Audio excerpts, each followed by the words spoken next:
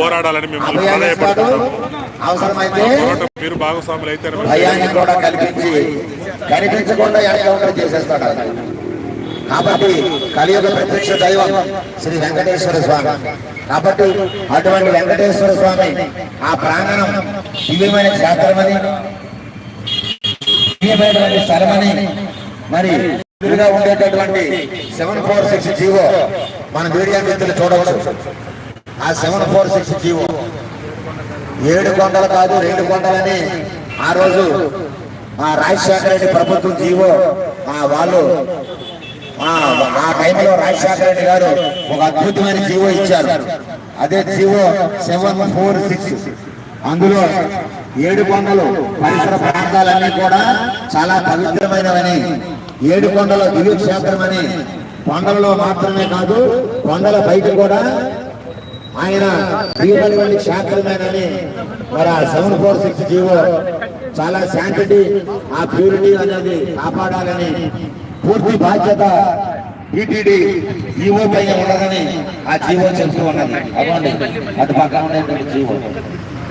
అలాగే మరి ఇటు పక్కన 1996లో అన్నమయ్య కుటుంబీకులు ఆ రోజు అన్నమయ్య సినిమా 7 కొండల పైన సినిమా చిత్రీకరిస్తూ ఉంటే అన్నమయ్య సినిమా అక్కడ పాటలు ఏలే మాటల అనేటువంటి పాట కొండపైన చిత్రీకరిస్తే అది అటువంటి పాటలు అటువంటి సినిమా ఇది అన్నమయ్య చాలా మంచిదే, కానీ ఇటువంటి పాటలు అనేది మా అన్నమయ్యకి సంబంధం లేదు.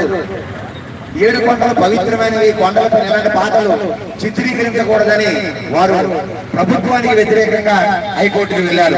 వెళ్తే హైకోర్టు సర్వోన్నత న్యాయస్థానం 1996లో ఒక ఆర్డర్ పాస్ చేసేది. అది హైకోర్టు ఇచ్చినటువంటి ఆర్డర్ ప్రభుత్వానికి మొట్టికాయలు పెట్టి తిరుమల తిరుపతి క్షేత్రం లోన బయట 7 కొండల చుట్టూ కూడా ఉండేటటువంటి ప్రదేశాలన్నీ కూడా వెంకటేశ్వర స్వామివే. వెంకటేశ్వర స్వామి పవిత్రతని కాపాడాల్సిన బాధ్యత టీటీడీదే. ప్రభుత్వం అందులో జోక్యం చేసుకోవడానికి పనికిరాదు. ప్రభుత్వం పనికిరాదు, వేలి పెట్టడం కుదరదు.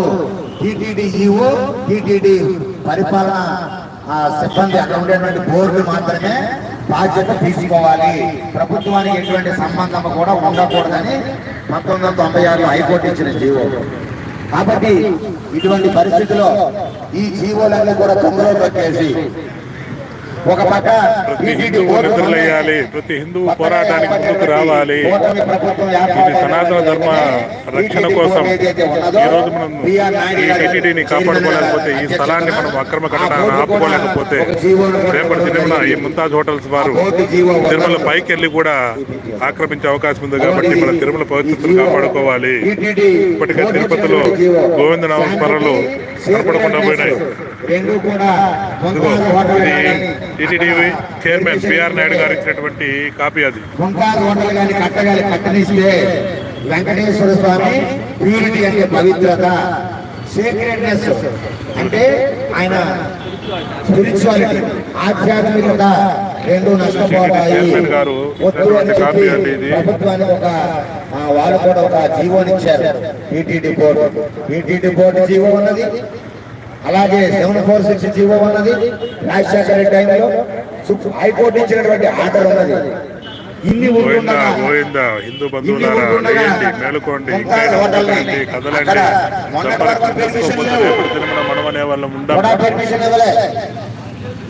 దయచేసి హిందూ బంధువు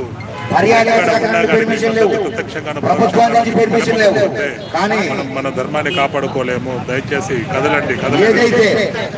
ఏదైతే హిందూ ప్రభుత్వం వచ్చింది, కోటమి ప్రభుత్వం వచ్చింది, హిందువులకు న్యాయం జరుగుతుంది, వెంకటేశ్వర స్వామి పవిత్రతకి న్యాయం జరుగుతుంది అని కోటి ఆశలతో గత ప్రభుత్వం అడ్డుగోలుగా ముంతాజ్ హోటల్కి పెర్మిషన్ ఇస్తే దాదాపుగా 20 ఎకరాలు పెర్మిషన్ ఇస్తే అవి రద్దుపరుస్తారు, ముంతాజ్ హోటల్ క్యాన్సిల్ చేస్తారు, హిందువుల మనోభావాలు కాపాడుతారని కోటి ఆశలతో మేము ఎదురు చూస్తే ఈ రోజు ఆశలకు నిరాశ అయిపోయింది. కూటమి ప్రభుత్వం కూడా